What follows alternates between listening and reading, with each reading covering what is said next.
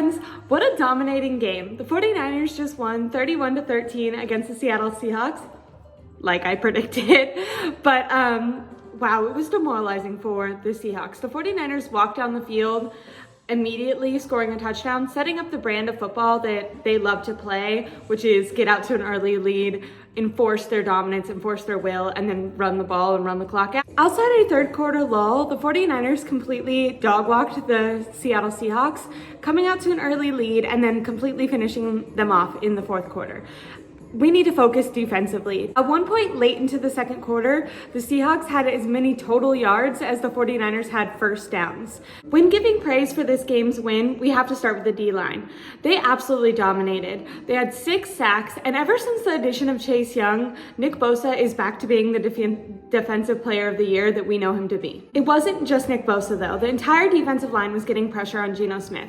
And it wasn't just pressure, they were getting home and finishing, causing the Seattle offense to get off the field and allowing more opportunity for the 49ers offense, which is a giant reason why the 49ers dominated time of possession. All the credit can't go to the 49ers defensive line though. We have to shout out the secondary, and they have received a ton of criticism from fans and media alike, but they did phenomenal in this game. Because Seattle's receivers couldn't get open against our secondary, Geno Smith was holding the ball for way too long with no answers and nowhere to throw it, and that's what allowed the defensive line to have such a dominant performance. They worked in tandem together. If we're giving out a game ball, I would have to give out a game ball to Travis Ward. He held down DK Metcalf for about 90% of the game. Obviously, DK got a couple catches here and there, but he was pretty much shut out. He was visibly frustrated on the sideline, yelling at Geno Smith, only to go back out on offense when they got the opportunity and get another ball broken up by Travis Ward. By the way, Travis Ward did go down with a foot injury during the game,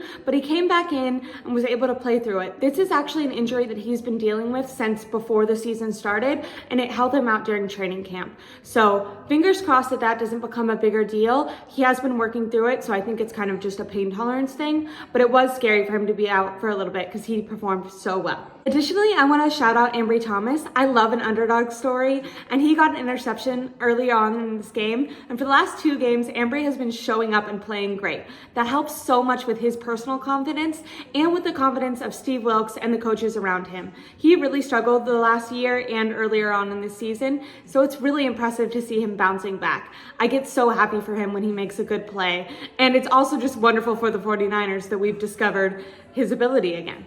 On the offensive side of the football, we have to talk about Christian McCaffrey. He completely installed his will on the Seattle defense. He scored 2 touchdowns. He was phenomenal in the run games, averaging about 6 yards per carry. When guys were tackling him, no one could bring him down. He was always falling forward. That's how he got his first touchdown.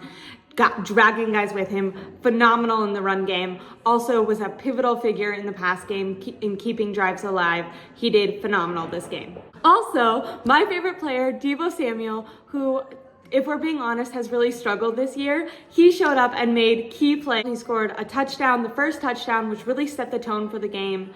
He made some great catches, ran for multiple yards, and was utilized in both the pass game and the run game, and just looked really physical and dominant, kind of like 2021 scary hours Deebo. It was great to see him show up like that. Lastly, Brandon Ayuk. Him and Purdy's connection is amazing. He always makes really impressive catches. He did have limited opportunities today, but he scored the final touchdown that really put the game away for the 49ers. I love when the 49ers offense gets everyone involved. Kittle even had a big night. The 49ers defense was so physical and so dominant. The entire team played complementary football and really worked off one another. Both sides had tons of energy and effort. If the 49ers can continue to play like this, they have a shot to win against anyone. Next up is Philadelphia. I'm sure it's going to be a stronger test than the Seattle Seahawks, and I'm really excited to see what version of the 49ers shows. I hope that it can be a really hard-fought game, and I'm excited for the rest of this season. It's kind of like the gauntlet part of the season, and I think whatever team we see is going to be the team that we see in the playoffs and hopefully in the Super Bowl. I hope everyone has a happy Thanksgiving. I'm so excited that the 49ers are now 8-3. They won on Thanksgiving. I hope everyone had a wonderful holiday, and I'm so thankful for all the support that I've gotten on my YouTube channel. Have a great night. Bye.